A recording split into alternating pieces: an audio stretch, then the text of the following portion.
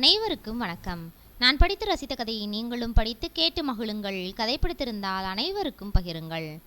வீட்டில் வைத்திருந்த 5000 ரூபாய் காணாமல் போனது. சுகுமார் வீடு முழுவதும் தேடி பார்த்தான். ஆனால் பணம் எங்கும் கிடைக்கவில்லை. சிறிது நேரத்தில் அந்த பணத்தை எடுத்தது தன்னுடைய 10 வயது மகன் கதிர்தான் என்பதை கண்டுபிடித்தான். கோபம் தலைக்கேறியது. பணத்தை நீதானே எடுத்த என்று கடுமையாக கேட்டான். மகன் அமைதியாக தலையை குனிந்தபடி நின்றான். மகனின் அமைதியை பார்த்தவுடன் மேலும் கோபமடைந்தான். எதுக்கு எடுத்த? அந்த பணத்தை என்ன பண்ணுன என்று மீண்டும் கேட்டான் சுகுமார். ஆனால் மகன் வாயை திறக்கவில்லை. எவ்வளவு கேட்டாலும் பதில் சொல்ல மறுத்தான். கோபத்தில் சுகுமார் அவனை அடித்தான். சொல்லுடா, பணத்தை என்ன பண்ணுன என்று கத்தினான். அப்போதும் மகன் எதுவும் பேசவில்லை. கண்களில் கண்ணீர் வழிந்தாலும் பணத்தை என்ன செய்தான் என்பதை மட்டும் சொல்ல மறுத்தான். அவனை பார்த்த சுகுமாரின் கோபம் இன்னும் அதிகமானது. உன்னையும் உன்னோட அம்மா கிட்ட அனுப்பியிருக்கணும். அப்படி அனுப்பியிருந்தா நீ இந்த மாதிரி தப்பெல்லாம் பண்ணியிருக்க மாட்ட.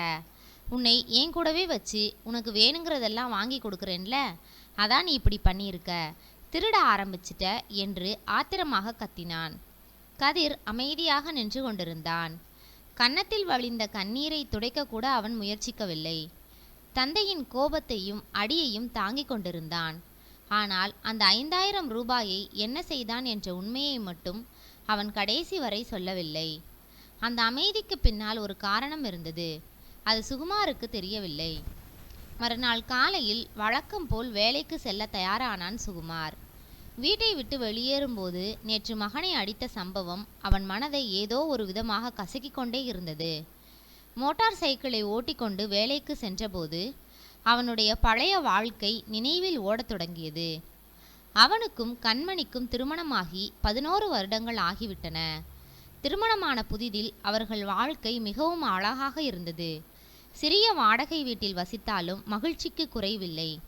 வேலை முடிந்து வீட்டிற்கு வந்தவுடன் கண்மணியுடன் மணிக்கணக்கில் பேசுவான் சுகுமார்.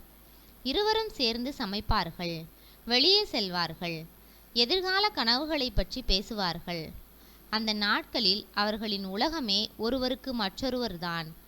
சில ஆண்டுகளுக்கு பிறகு அவர்களுக்கு ஒரு ஆண் குழந்தை பிறந்தது. 2 வருடங்களில் ஒரு பெண் குழந்தையும் பிறந்தது. குழந்தைகளின் வருகை மகிழ்ச்சியை தந்தாலும் அதன் பிறகு குடும்பத்தில் சிறு சிறு பிரச்சனைகளும் வர ஆரம்பித்தன. முக்கியமாக கண்மணியின் மாமியார் சிவகாமிக்கு அவளை பிடிக்கவில்லை.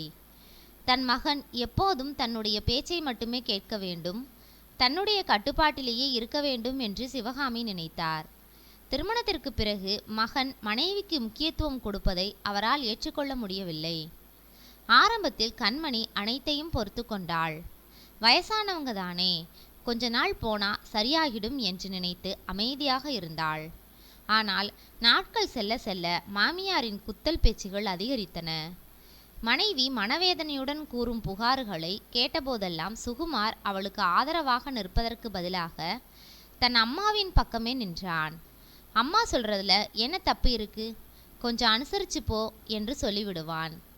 அந்த வார்த்தைகள் கண்மணியின் மனதை ஒவ்வொரு முறையும் காயப்படுத்தின.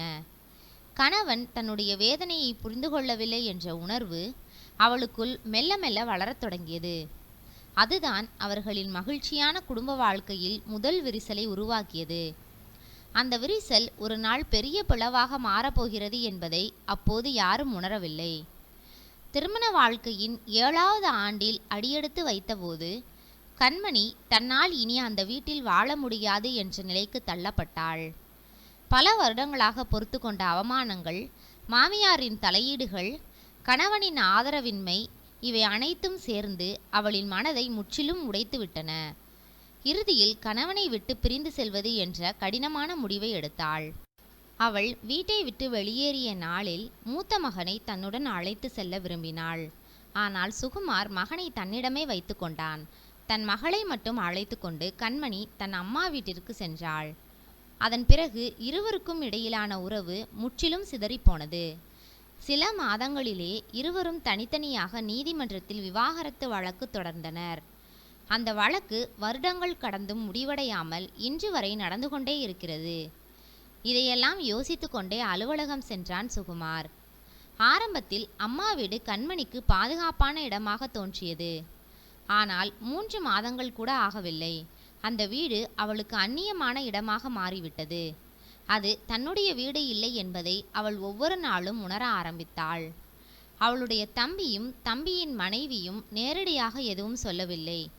ஆனால் அவர்களின் பார்வை, பேச்சு, நடத்தை எல்லாமே நீ எவ்வளவு நாள் இங்கே இருக்கப் போகிறாய் என்ற கேள்வியை அவளுக்குள் எழுப்பியது.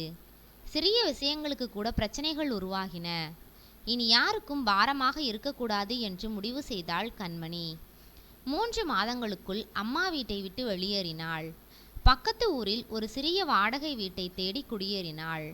ஒரு தையல் நிறுவனத்தில் வேலை கிடைத்தது. ஒரு நாளில் 8 மணி நேரம் வேலை செய்தால் 300 ரூபாய் சம்பளம். கூடுதலாக 1 மணி நேரம் வேலை பார்த்தால் கூடுதலாக 50 ரூபாய் கிடைக்கும். காலை முதல் மாலை வரை இயந்திரத்தின் சத்தத்திற்குள் அமர்ந்து வேலை செய்தாள். கைகள் வலித்தன, முதுகு வலித்தது. இருந்தாலும் மகளின் எதிர்காலத்தை நினைத்து எல்லாவற்றையும் தாங்கிக் கொண்டாள். செலவுகளை குறைக்க மகளை அருகில் இருந்த அரசு பள்ளியில் சேர்த்தாள். தனியார் பள்ளியில் படிக்க வைக்க வேண்டும் என்ற ஆசை இருந்தது. ஆனால் அந்த ஆசையை விட பசி பெரியதாக இருந்தது. பல நாட்கள் தனக்கான உணவை குறைத்து கொண்டு மகளுக்கு மட்டும் வயிறு நிறைய சாப்பாடு கொடுத்தாள். வாழ்க்கை அவளை ஒவ்வொரு நாளும் சோதித்தது. ஆனால் ஒரு நாள் கூட நான் எடுத்த முடிவு தவறு என்று அவள் நினைக்கவில்லை. ஏனென்றால் கஷ்டமாக இருந்தாலும் அவமானம் இல்லாத வாழ்க்கையை அவள் வாழ்ந்து கொண்டிருந்தாள். மகளின் கையை பிடித்து கொண்டு ஒவ்வொரு நாளையும் போராடி வெல்ல முயன்று கொண்டிருந்தாள். அன்று மாலை வேலை முடிந்து வீட்டிற்கு வந்த சுகுமாரின் மனநிலை சரியாக இல்லை. நாள் முழுவதும் வேலை செய்திருந்தாலும் முந்தைய நாள் நடந்த சம்பவமும் காணாமல் போன 5000 ரூபாயும் அவன் மனதை விட்டு போகவில்லை. வீட்டிற்குள் நுழைந்தவுடன் நேராக மகனிடம் சென்றான். மகன் ஒரு மூலையில் அமைதியாக அமர்ந்திருந்தான். இப்போவாவது சொல்லு, 5000 ரூபாய்க்கு என்னடா தேவை வந்துச்சு? அந்த பணத்தை என்ன பண்ணுன என்று மீண்டும் கோபமாக கேட்டான் சுகுமார். மகன் பதில் சொல்லவில்லை. கேட்டுக்கிட்டே இருக்கேன், வாயை திறந்து பேச மாட்டியா? உன்ன மாதிரி பையன் எனக்கு தேவையே இல்லை என்று பழையபடி கத்தினான். அந்த வார்த்தைகள் மகனின் மனதை குத்தியது. இதுவரை அமைதியாக இருந்த அவனால் அதற்கு மேல் பொறுத்து கொள்ள முடியவில்லை. கண்களில் கண்ணீர் பெருக திடீரென்று எழுந்து நின்றான். நீயும் தான் எனக்கு வேண்டாம் என்று கத்தினான். சுகுமார் அதிர்ச்சியுடன் அவனை பார்த்தான். என்ன சொன்ன என்று உளறியபடி கேட்டான். ஆமா, நீயும் எனக்கு வேண்டாம். என்னோட அம்மா சொன்ன ஒரு வார்த்தைக்காகத்தான் உன் கூட இருக்கேன். அந்த வார்த்தைகளை கேட்டதும் சுகுமாரின் முகம் மாறியது. மகன் தொடர்ந்து பேசினான். அம்மா இல்லாம நான் எத்தனை நாள் அழுதுருக்கேன் தெரியுமா? இரவு தூங்கும்போது அம்மா ஞாபகம் வந்து எத்தனை தடவை அழுதுருக்கேன் தெரியுமா? பள்ளியில் எல்லாரும் அம்மாவோட வரும்போது எத்தனை நாள் நான் மட்டும் தனியாக இருந்திருக்கேன் தெரியுமா? அந்த சிறுவனின் குரல் நடுங்கியது. மேலும் உங்கள் கூடவே நான் ஏன் இருக்கேன் தெரியுமா? ஏன்னா அப்பா உன்னை பெரிய ஸ்கூலில் படிக்க வைக்கிறார். அம்மாவால் அப்படி படிக்க வைக்க முடியாது. அதனால் அப்பா கூடவே இருன்னு அம்மா சொன்னாங்க. அதனால தான் உன் கூடவே இப்போ வரைக்கும் இருக்கேன். ஆனால் நீ என்னை புரிஞ்சிக்கவே இல்லை. கண்ணீரை அடக்க முடியாமல் தேம்பி தேம்பி அழுதான். நான் என்ன பண்ணாலும் தப்பு தான், நான் என்ன பேசினாலும் தப்பு தான், அமைதியாக இருந்தாலும் தப்பு தான். நீ எப்போவாவது நான் சந்தோஷமாக இருக்கேனா இல்லை கஷ்டப்படுறேனான்னு கேட்டிருக்கியா என்று அழுது கொண்டே கேட்டான். மகனின் ஒவ்வொரு வார்த்தையும் சுகுமாரின் மனதில் அம்பு போல் பாய்ந்தது. அவன் ஏதோ சொல்ல முயன்றான். ஆனால் வார்த்தைகள் வரவில்லை. இதுவரை தன் வேதனையை வெளிக்காட்டாத மகன் இத்தனை நாட்களாக அம்மா இல்லாமல் மனதுக்குள் எவ்வளவு காயங்களை சுமந்து கொண்டிருந்தான் என்பதை அப்போதுதான் உணர்ந்தான் சுகுமார். சுகுமாரின் கண்கள் கலங்கின. அவன் மெதுவாக தலையை திருப்பிக் கொண்டு கண்களில் வழிந்த கண்ணீரை துடைத்து கொண்டான். அந்த நேரத்தில் அவனுடைய செல்போன் சத்தமாக ஒலித்தது. அந்த அமைதியான வீட்டில் போனின் சத்தம் மட்டும் தெளிவாக கேட்டது. திரையில் ஒளிர்ந்த என்னை பார்த்த சுகுமார் ஒரு கணம் தயங்கினான். பிறகு மெதுவாக அந்த போனை எடுத்தான். அந்த அழைப்பு அவனுடைய வாழ்க்கையை மாற்றப் போகிறது என்பதை அப்போது அவன் அறிந்திருக்கவில்லை. சுகுமார் போனை எடுத்து காதில் வைத்தான். எதிர்முனையில் அவனுடைய அம்மாவின் குரல் கேட்டது. என்னடா சுகுமார், வேலை மாற்றலாகி வேற ஊருக்கு போய் 6 மாதம் ஆயிடுச்சு. ஆனாலும் ஒரு தடவை கூட எங்களை வந்து நீ பார்க்கல. சரி, அதை கூட விடு. இது வரைக்கும் தவறாமல் பணம் அனுப்பிட்டு இருந்த. இந்த மாதம் பணம் கூட அனுப்பலையே, ஏன்? பணத்தை முதல்ல அனுப்பிவிடு என்றார் சிவகாமி. அவருடைய குரலில் அக்கறையை விட அதிகாரம்தான் அதிகமாக இருந்தது. சுகுமார் ஒரு நொடி அமைதியாக இருந்தான். அம்மா, இந்த மாதம் கொஞ்சம் செலவு அதிகமாயிடுச்சு, அடுத்த மாதம் பணம் அனுப்பிடுறேன் என்றான். அதை கேட்டதும் அவனுடைய அம்மா கோபமாக பேச ஆரம்பித்தார். ஏண்டா, அவ்வளவு பணம் உனக்கு எதுக்குடா? நான் உன்னோட தங்கச்சி மீனாட்சியோட வாழ்க்கையையும் பார்க்க வேண்டாமா? வீட்டு செலவு, மருந்து செலவு எவ்வளவோ இருக்கு. நீ பணம் அனுப்பலேனா நாங்கள் என்ன பண்ணுவோம் என்றார். சுகுமார் அன்று அமைதியாக இருக்கவில்லை. பல வருடங்களாக மனதுக்குள் தேங்கியிருந்த கோபம் அன்றைய தினம் வெடித்தது. மீனாட்சிக்கு தான் கல்யாணம் பண்ணி கொடுத்தாச்சுல என்றான். அதுக்கு என்ன இப்போ என்றார் சிவகாமி. அப்படியே கஷ்டமா இருக்குன்னா மீனாட்சியை வேலைக்கு போக சொல்லு. அவளோட கணவனை ஒழுங்கா வேலைக்கு போக சொல்லு. அவன் குரல் கடினமாக மாறியது. எல்லாத்துக்கும் சேர்த்து நான் சம்பாதிச்சு கொட்ட முடியாது. நான் பணம் சம்பாதிக்கிற மிஷின் இல்லை என்றான். எதிர்முனையில் சில நொடிகள் அமைதி நிலவியது. பிறகு அவனுடைய அம்மா ஆத்திரமாக பேச ஆரம்பித்தார். என்னடா, அம்மாவுக்காக செலவு பண்ணுறது கூட உனக்கு கஷ்டமா போச்சா? அந்த வார்த்தை சுகுமாரின் பொறுமையை முற்றிலுமாக உடைத்தது. அம்மாவுக்காக செலவு பண்ணுறது கஷ்டமில்லை, ஆனால் என் வாழ்க்கையை முழுக்க உங்களுக்காக மட்டுமே வாழ முடியாது. அவன் குரல் நடுங்கியது. என்னோட குடும்பம் சிதறி போச்சு. என் மனைவி என்னை விட்டுட்டு போயிட்டா. என் பிள்ளைகள் 2 பேரும் பிரிந்து வளர்கிறார்கள். நான் எவ்வளவு கஷ்டப்படுறேன்னு ஒரு நாளாவது கேட்டிருக்கீங்களா என்றான். அவனுடைய அம்மா பதில் சொல்லவில்லை. நான் சம்பாதிக்கிற பணம் எல்லாம் எங்கே போகுது? நான் எப்படி வாழ்கிறேன்? எனக்கு என்ன பிரச்சனைன்னு ஒரு நாளாவது யோசிச்சிங்களா? பல வருடங்களாக உள்ளே அடக்கி வைத்திருந்த வேதனை வார்த்தைகளாக வெளிவந்தது. இனிமே என்கிட்ட இருந்து 1 ரூபா கூட உங்களுக்கு தர முடியாது, அவன் உறுதியாக சொன்னான். என்னோட வாழ்க்கையை நான் தான் பார்த்துக்கணும். என் பிள்ளைகளோட வாழ்க்கையை நான் தான் பார்த்துக்கணும். அதை சொல்லிவிட்டு எதிர்முனையிலிருந்து பதில் வருவதற்கு கூட காத்திருக்காமல் அழைப்பை துண்டித்தான். அந்த வீட்டில் மீண்டும் அமைதி நிலவியது. சில நிமிடங்களுக்கு முன்பு மகன் சொன்ன வார்த்தைகளும் இப்போது அம்மாவுடன் நடந்த உரையாடலும் அவன் மனதில் ஒன்றாக கலந்தன. அவன் மெதுவாக திரும்பி பார்த்தான். அறையின் மறுமூலையில் அவனுடைய மகன் இன்னும் கண்ணீரை துடைத்து கொண்டே நின்று கொண்டிருந்தான். அப்போதுதான் சுகுமாருக்கு ஒரு உண்மை புரிய ஆரம்பித்தது. பல வருடங்களாக மற்றவர்களின் வாழ்க்கையை தூக்கி சுமந்தவன் தன்னுடைய குடும்பத்தை மட்டும் கையிலிருந்து நழுவ விட்டிருந்தான். மகன் கண்ணீரை துடைத்து கொண்டு சில நொடிகள் அமைதியாக இருந்தான். பிறகு மெதுவாக பேச ஆரம்பித்தான். இப்ப என் தங்கச்சிக்கு உடம்பு சரியில்லை. சுகுமார் அதிர்ச்சியுடன் அவனை பார்த்தான். என்னடா சொல்ற? ஆமா, பாப்பாவை ஆஸ்பத்திரியில் சேர்த்துருக்காங்க. 10 நாளா மருத்துவமனையில் தான் இருக்காங்க. அவனுடைய குரல் நடுங்கியது. அதனால தான் அந்த 5000 ரூபாயை எடுத்தேன். சுகுமாரின் கண்கள் விரிந்தன. இத்தனை நேரம் கோபப்பட்டு மகனை திருடன் போல நடத்தி அடித்ததெல்லாம் அவன் நினைவுக்கு வந்தது. மகன் தொடர்ந்து பேசினான். அம்மாவுக்கு நான் இந்த பணத்தை திருடிட்டு வந்தேன்னு தெரியாது என்றான். அப்போ என்னன்னு சொன்ன? நான் கஷ்டப்பட்டு உண்டியலை சேர்த்து வச்ச பணம்னு சொல்லி கொடுத்துட்டேன். சுகுமார் தலைகுனிந்தான். மேலும் அம்மா வாங்க மாட்டேன்னு தான் சொன்னாங்க. ஆனால் தங்கச்சிக்காக நான் தான் வற்புறுத்தி வாங்க வச்சேன். சுகுமாரின் மார்பு கனத்தது. உங்க அம்மாவை எங்கடா பார்த்த என்று கேட்டான் சுகுமார். வாரத்தில் ஒரு நாள் எப்படியாவது நான் அம்மாவையும் தங்கச்சியையும் பார்த்துருவேன். இங்கே வந்து 6 மாசமா நான் அம்மாவையே பார்க்கல, தங்கச்சியையும் பார்க்கல. அவங்க எப்படி இருக்காங்கன்னு கூட தெரியல. ஒவ்வொரு நாளும் நினைப்பேன், ஆனால் உன்கிட்ட சொல்ல பயமாக இருந்துச்சு என்று சொல்லிவிட்டு அவன் தேம்பி தேம்பி அழுதான். போன வாரத்தில் ஒரு நாள் அம்மா என்னை பார்க்க ஸ்கூலுக்கு வந்தாங்க. அப்போ தான் விஷயத்தை சொன்னாங்க. நான் தங்கச்சியை பார்க்கணுன்னு அடம் பிடிச்சேன். அதனால மறுநாள் ஸ்கூலில் பெர்மிஷன் கேட்டு பாப்பாவை பார்க்க கூட்டிகிட்டு போனாங்க. அப்போ தான் வீட்டில் இருந்து பணத்தை எடுத்துகிட்டு போனேன். அம்மா கஷ்டப்படுறாங்கன்னு தெரிஞ்சதும் என்னால் அமைதியாக இருக்க முடியலை. அதனால தான் அந்த பணத்தை எடுத்தேன். சுகுமாரின் இதயம் உடைந்து சுக்குநூறு ஆனது. தான் மகனை தவறாக புரிந்து கொண்டதை நினைத்து வெட்கப்பட்டான். தன் மகன் 10 வயதிலேயே தங்கையின் உயிரை காப்பாற்றவும் அம்மாவின் கண்ணீரை துடைக்கவும் போராடி கொண்டிருந்தான். ஆனால் சுகுமாரோ அவனை திருடன் என்று நினைத்து அடித்திருந்தான். சுகுமாரின் கண்களிலிருந்து கண்ணீர் வழிந்தது. மகனை பார்த்தான். சுகுமார் முகத்தில் கோபமில்லை, குற்ற உணர்ச்சி மட்டுமே இருந்தது. சில நொடிகள் எதுவும் பேசாமல் நின்றவன் திடீரென்று பைக்கை ஸ்டார்ட் செய்தான். வண்டியில ஏறு என்றான். மகன் குழப்பத்துடன் அவனை பார்த்தான். எங்கப்பா போறோம்? சுகுமார் பதில் சொல்லவில்லை. அவன் கண்களை துடைத்து கொண்டு ஆக்சிலேட்டரை முறுக்கினான். சில நொடிகள் கழித்துதான் மெதுவாக பேசினான். நம்ம அம்மாவையும் தங்கச்சியையும் பார்க்க போறோம். அந்த வார்த்தையை கேட்டதும் மகனின் கண்கள் பிரகாசித்தன. பைக்கின் வேகம் அதிகரித்தது.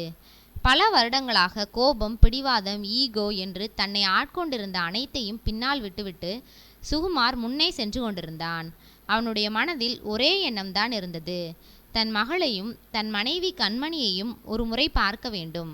அவர்களிடம் மன்னிப்பு கேட்க வேண்டும். பைக் நேராக மருத்துவமனையை நோக்கி பறந்தது. அந்த பயணம் ஒரு மருத்துவமனைக்கான பயணம் மட்டுமல்ல, பல வருடங்களாக உடைந்து கிடந்த ஒரு குடும்பத்தை நோக்கி சுகுமார் திரும்பி செல்லும் பயணமாகவும் இருந்தது. மருத்துவமனையை அடைந்ததும் சுகுமார் அவசரமாக உள்ளே சென்றான். குழந்தைகள் பிரிவின் வெளியே இருந்த நீண்ட நாற்காலியில் கண்மணி சோர்வாக அமர்ந்திருந்தாள். பல நாட்களாக சரியாக தூங்காததால் அவளுடைய கண்கள் சிவந்திருந்தன. முகம் முழுவதும் கவலையும் சோர்வும் தெரிந்தது. திடீரென்று எதிரே சுகுமாரை பார்த்தவுடன் அவள் அதிர்ச்சியில் உறைந்து போனாள். பல மாதங்களுக்கு பிறகு அவனை நேரில் பார்க்கிறாள். என்ன பேசுவது என்று தெரியாமல் அமைதியாக அவனை பார்த்து கொண்டிருந்தாள். அதே நேரத்தில் சுகுமாரின் அருகில் நின்றிருந்த மகன் வேகமாக ஓடிச் சென்று தன் அம்மாவை கட்டி கொண்டான். அம்மா என்று அழுதபடி அவளின் தோளில் முகம் புதைத்தான். கண்மணியின் கண்களும் கலங்கின. எப்படிடா இருக்க என்று கேட்டபோது அவளுடைய குரல் நடுங்கியது. சுகுமார் அந்த காட்சியை அமைதியாக பார்த்து கொண்டிருந்தான். பிறகு அறைக்குள் சென்று மகளை பார்த்தான். கடுமையான வைரஸ் காய்ச்சலால் மகள் பலவீனமாக படுத்திருந்தாள். கையில் குளுக்கோஸ் ஏறிக்கொண்டிருந்தது. எப்போதும் சிரித்து கொண்டிருக்கும் தன் செல்ல மகள் இப்படி படுத்திருப்பதை பார்த்ததும் சுகுமாரின் கண்கள் கலங்கின. மெதுவாக அவளுடைய தலையை தடவினான். அப்பா என்று பலவீனமாக அழைத்த மகளின் குரல் அவனுடைய இதயத்தை நொறுக்கியது. அந்த நிமிடத்தில் அவன் எவ்வளவு பெரிய தவறுகளை செய்திருக்கிறான் என்பதை முழுமையாக உணர்ந்தான். வெளியே வந்தவன் கண்மணியிடம் பேச முயன்றான். கண்மணி, நான் என்று ஆரம்பித்தான். ஆனால் அவள் உடனே முகத்தை திருப்பிக் கொண்டாள். கண்மணி அவனுடைய முகத்தை கூட பார்க்க விரும்பவில்லை. அவளின் மனதில் இருந்த காயங்கள் இன்னும் ஆறவில்லை. சுகுமார் எதுவும் பேசாமல் அமைதியாக நின்றான். 2 நாட்கள் கழித்து மகளின் உடல்நிலை நல்ல முன்னேற்றம் கண்டது. மருத்துவர் வீட்டிற்கு அழைத்து செல்லலாம் என்று கூறினார். வீட்டிற்கு மகளை அழைத்து சென்ற பிறகும் சுகுமார் மகனை அழைத்து கொண்டு அடிக்கடி போய் மகளையும் மனைவியையும் பார்த்துவிட்டு வந்தான். அப்போது மனைவியிடம் பேச முயற்சி செய்தான். ஆனால் கண்மணி பேசவில்லை.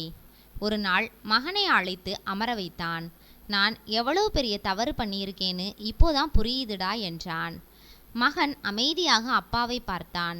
உன் அம்மாவை நான் புரிஞ்சுக்கவே இல்லை. என் வாழ்க்கையை நான் வாழணும். ஆனால் அதை என் அம்மா வாழ நினச்சாங்க.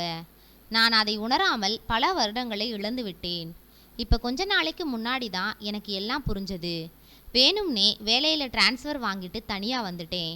இனிமே யாரோட கட்டுப்பாட்டிலையும் இருக்க எனக்கு விருப்பம் இல்லை என்றான்.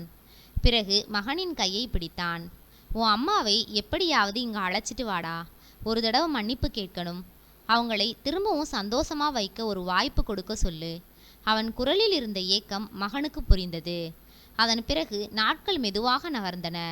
சுகுமாரும் அடிக்கடி மனைவி மகளை பார்க்க சென்றான். ஆரம்பத்தில் கண்மணி எதற்கும் சம்மதிக்கவில்லை. ஆனால் சுகுமாரின் மாற்றம் போலியானது அல்ல என்பதை அவள் கவனிக்க ஆரம்பித்தாள். அவன் இனி பழைய மனிதன் இல்லை. குழந்தைகளுடன் நேரம் செலவழித்தான். அவர்களின் படிப்பு, உடல்நிலை, தேவைகள் அனைத்திலும் அக்கறை காட்டினான். முக்கியமாக தனது தவறுகளுக்கு ஒருபோதும் சாக்குப்போக்கு சொல்லவில்லை. தவறு செய்தேன் என்று ஒப்புக்கொண்டான். மன்னிப்பும் கேட்டான். மாற முயன்றான். அதுதான் கண்மணியின் மனதை மெதுவாக மாற்ற ஆரம்பித்தது. ஒரு நாள் மாலை சுகுமார் மகளை பார்க்க வந்திருந்தான். குழந்தைகள் இருவரும் சேர்ந்து அமர்ந்திருந்த போது கண்மணி அமைதியாக சுகுமாரை பார்த்தாள். பல வருடங்களுக்கு முன்பு புதிதாக திருமணம் செய்து கொண்ட அந்த மனிதனை அவள் மீண்டும் பார்த்தது போல இருந்தது. காலம் பல காயங்களை ஏற்படுத்தி இருந்தாலும் சில உறவுகள் உண்மையான மாற்றத்தால் மீண்டும் மலர முடியும். இறுதியில் குழந்தைகளின் மகிழ்ச்சிக்காக மட்டுமல்ல, ஒருவரை ஒருவர் உண்மையாக புரிந்து கொண்டதால் மீண்டும் ஒன்றாக வாழ முடிவு செய்தார்கள். அதன் பிறகு அவர்கள் வாழ்க்கையில் சண்டைகள் இல்லாமல் இல்லை. ஆனால் ஒரு விஷயம் மட்டும் மாறியிருந்தது. இப்போது அவர்கள் சண்டை போட்டாலும் பிரிந்து செல்லவில்லை. பேசினார்கள், புரிந்து கொண்டார்கள், ஒருவரை ஒருவர் மதிக்க கற்றுக்கொண்டார்கள். பல வருடங்களாக உடைந்து கிடந்த அந்த குடும்பம் மீண்டும் ஒன்றானது. அன்று இரவு தன் அப்பா, அம்மா, தங்கை ஆகியோர் ஒரே வீட்டில் சிரித்து பேசிக் கொண்டிருப்பதை பார்த்த மகன் அமைதியாக புன்னகைத்தான். நன்றி. கதை பிடித்திருந்தால் லைக் பண்ணுங்க, ஷேர் பண்ணுங்க, சப்ஸ்கிரைப் பண்ணுங்க. உங்களுடைய கருத்துக்களை கமெண்ட் பாக்ஸில் தெரிவிக்கவும். தங்கள் ஆதரவிற்கு நன்றி.